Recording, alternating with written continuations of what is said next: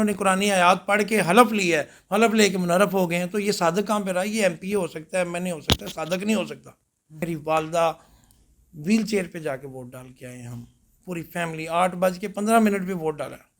تو اگر یہ میرا ووٹ کھا گیا تو یہ کسی اور کا میں انشاءاللہ اس کو بتاؤں گا کہ یہ میرا ووٹ کیسے چوری کرے گا. میں الیکشن کمیشن میں جا رہا ہوں, الیکشن کمیشن میں ان کے خلاف پٹیشن دائر کریں گے, ہائی کورٹ میں بھی جا رہے ہیں انشاءاللہ.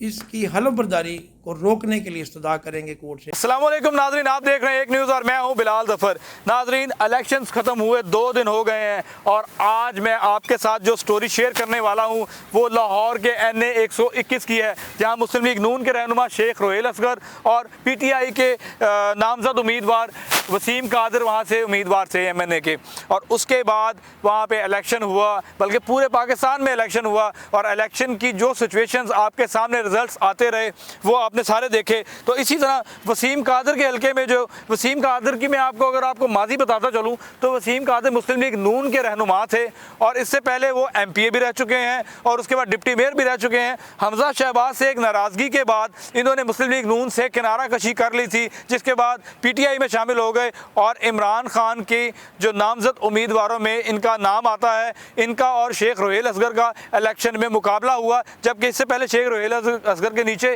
یہ MPA بھی ہوا کرتے تھے. تو انہوں نے جس وقت الیکشن ون کر لیا تو اس کے بعد سچویشن اس طرح کی پیدا ہوئی کہ ایک دن گزرتا ہے تو وسیم قادر صاحب مسلم لیگ نون کی چیئر پرسن جو ہیں مریم نواز, چیف آرگنائزر جو ہیں مریم نواز صاحبہ, ان کے پاس جاتے ہیں اور ان کے ساتھ کھڑے ہو کے واپس مسلم لیگ نون میں آنے کا اعلان کر دیتے ہیں. جس کے بعد PTI کے وہ ووٹرز, وہ سپورٹرز جنہوں نے اس حلقے سے ان کو ووٹ دیا, ان کے لیے محنت کی, کمپین کی اور ساری چیزیں کی, ان میں شدید غم و غصہ پایا جانے لگا. اور اس کے بعد اب صورت حال یہ ہے کہ ان کے خلاف ٹرولنگ ہو رہی ہے سوشل میڈیا کے اوپر بہت زیادہ. وسیم قادر کی تصویر کو اس جگہ پہ چسپاں کیا جا رہا ہے جہاں پہ آپ دیکھیں گے تو آپ شرمندہ ہو جائیں گے. اس طرح کی حرکات بھی ہو رہی ہیں, اور PTI کے لوگوں کا کہنا ہے کہ وسیم قادر نے الیکشن سے پہلے حلف لیا تھا. وہ حلف بھی آپ کو اسکرین پہ دکھاتے ہیں کہ وہ کیا حلف لیا تھا, کیا کہا تھا اس میں, اور اس میں انہوں نے اپنی وفاداری تبدیل نہ کرنے کا بھی کہا تھا.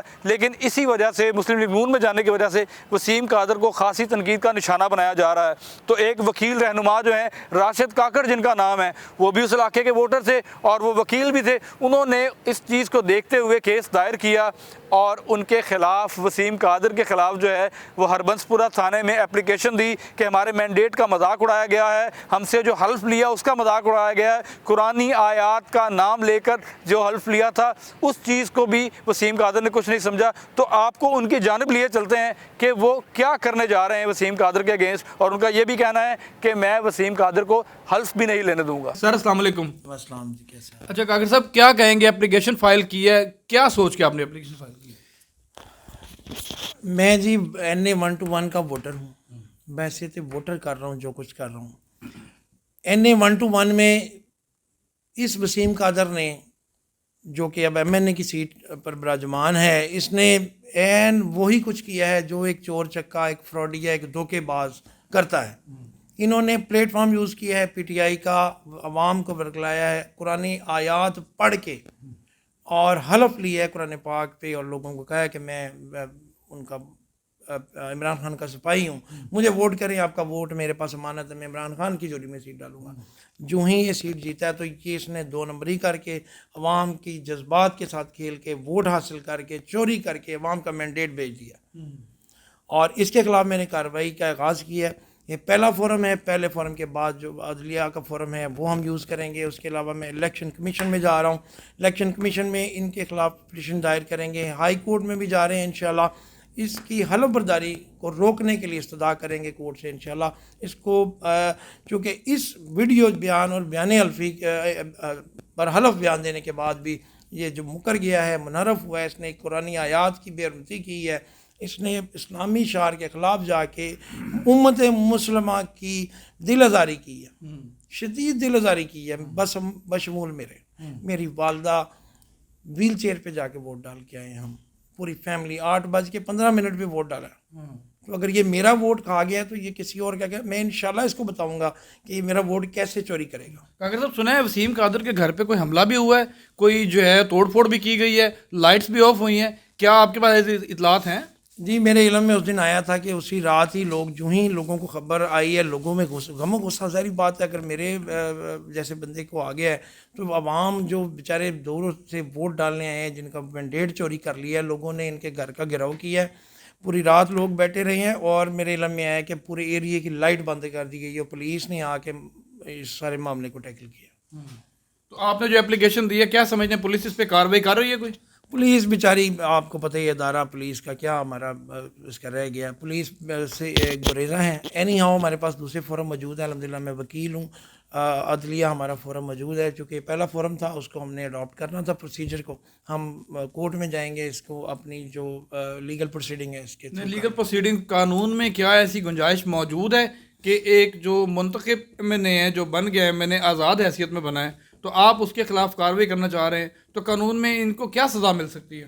جی قانون سب کے لیے برابر ہوتا ہے ان کو کوئی استثناء حاصل نہیں ہے. دوسری بات یہ ہے کہ یہ تو ایلیجیبل ہی نہیں ہے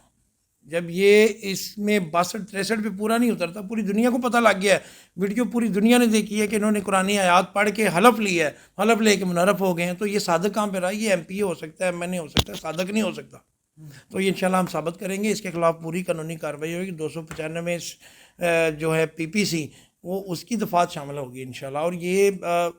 عبرتناک ان کی جو ہے نا صورتحال نظر آئے گی آپ اس کو نشان عبرت بن جائے گا انشاءاللہ. آپ کیا کہتے ہیں حلف نہیں لینے دیں گے؟ ہم انشاءاللہ حلف نہیں لینے دیں گے اس کو. اچھا اور مجھے یہ بتائیں کہ وسیم قادر اگر پی ٹی آئی کے پلیٹ فارم آپ کہہ رہے ہیں کہ عمران خان کا منتخب کیا ہوا نمائندہ تھا اگر پی ٹی آئی کے پلیٹ فارم کے بغیر کھڑے ہوتے تو کیا نہیں جیت سکتے تھے؟ یہ میں گارنٹی کرتا ہوں دوبارہ ری پول کروا لیں میں تو اس کا خیر نام بھی نہیں جانتا تھا لیکن میں گارنٹی کرتا ہوں کہ 1000 ووٹ بھی نہیں لے سکتا عمران خان کے علاوہ. لیکن یہ تو پہلے ایم پی اے بھی رہے ہیں ڈپٹی میئر بھی رہے ہیں کاکڑ صاحب. حضور والا اگر یہ ایم پی اے یا ڈپٹی میئر تھے اتنے بڑے کینڈیڈیٹ تھے اتنے بڑے تھے سیاستدان تھے تو یہ اپنے جو کہتے ہیں کہ میں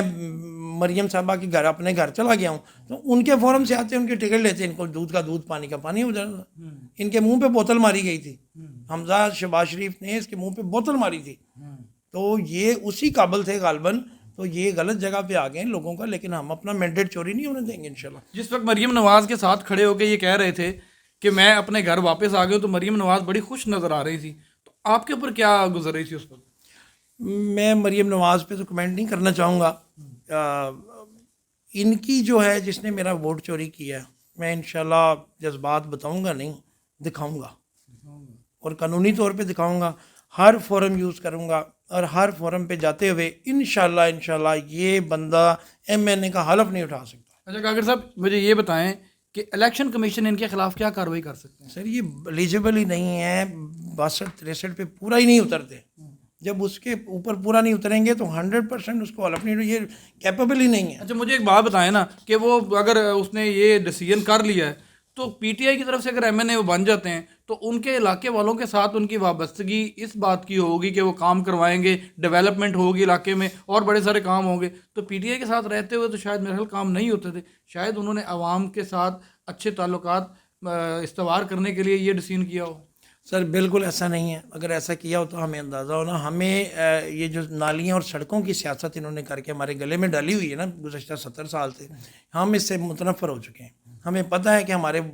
نالیاں کس نے بنانی ہیں ہماری سڑکیں کس نے بنانی ہیں. یہ بلدیاتی انتخابات کرائیں جن کی ڈیوٹی ہے وہ کریں. ہمیں نالیاں سڑکیں نہیں ہم چاہیے ہماری بہت ہو گئی موٹر ویز ہمارے آگے سے بھی موٹر وے پیچھے سے بھی موٹر وے ہم چاہتے ہیں ہمیں ہمارا مینڈیٹ دیں ہمارے جو لیجسلیشن ہے اس کو ایسے نہیں ہونے چاہیے لیجسلیشن والے بندے کہ 2 نمبریاں کریں ہمارے مینڈیٹ کو چوری کریں. جس نے پہلے دن ہمارے ساتھ دھوکہ کر لیا اس نے 5 سال ہمارے ساتھ کیا کرنا ہے. آنے والی حکومت کس کی دیکھ رہے ہیں کس کی بننے والی ہے؟ یہ تو ہمارے ٹیکنیکلٹیز جو آپ کے سامنے ہیں نظام کی خرابیاں ہیں جس کے اوپر بہت ساری باتیں ہوتی ہیں لیکن چونکہ صورتحال نمبرز گیم جو ہمارا مینڈیٹ پی ٹی آئی کا چھینا گیا ہے اس کے بعد اگر تو انشاءاللہ ہمارے عدالتوں نے ہمیں انصاف دیا تو یہ بڑا کلیئرلی پی ٹی آئی کی گورنمنٹ آئے گی. تو اگر خدا نہ خواستہ ہمیں انصاف نہ مل سکا تو پھر یہ وہی چور وہی علی بابا اور وہی 40 چور. بیرسٹر گوہر تو کہتے ہیں کہ سب سے زیادہ سیٹیں ہم نے لی ہیں 137 سیٹوں کا وہ کہتے ہیں لیکن وہ انڈیپینڈنٹ ہیں سارے اور یہ تو اس میں تو وہ لوگ بھی ہیں جو نون لیگ اور پیپلز پارٹی اور کاف لیگ کے آزاد امیدواران تھے تو کیسے حکومت بن پائے گی آپ کی؟ یہ جو کنٹروورشل ہیں جن کے ریگنگ ہوئی ہے جن کے حلقوں میں 2 نمبری کی گئی دھاندلی کی گئی ہے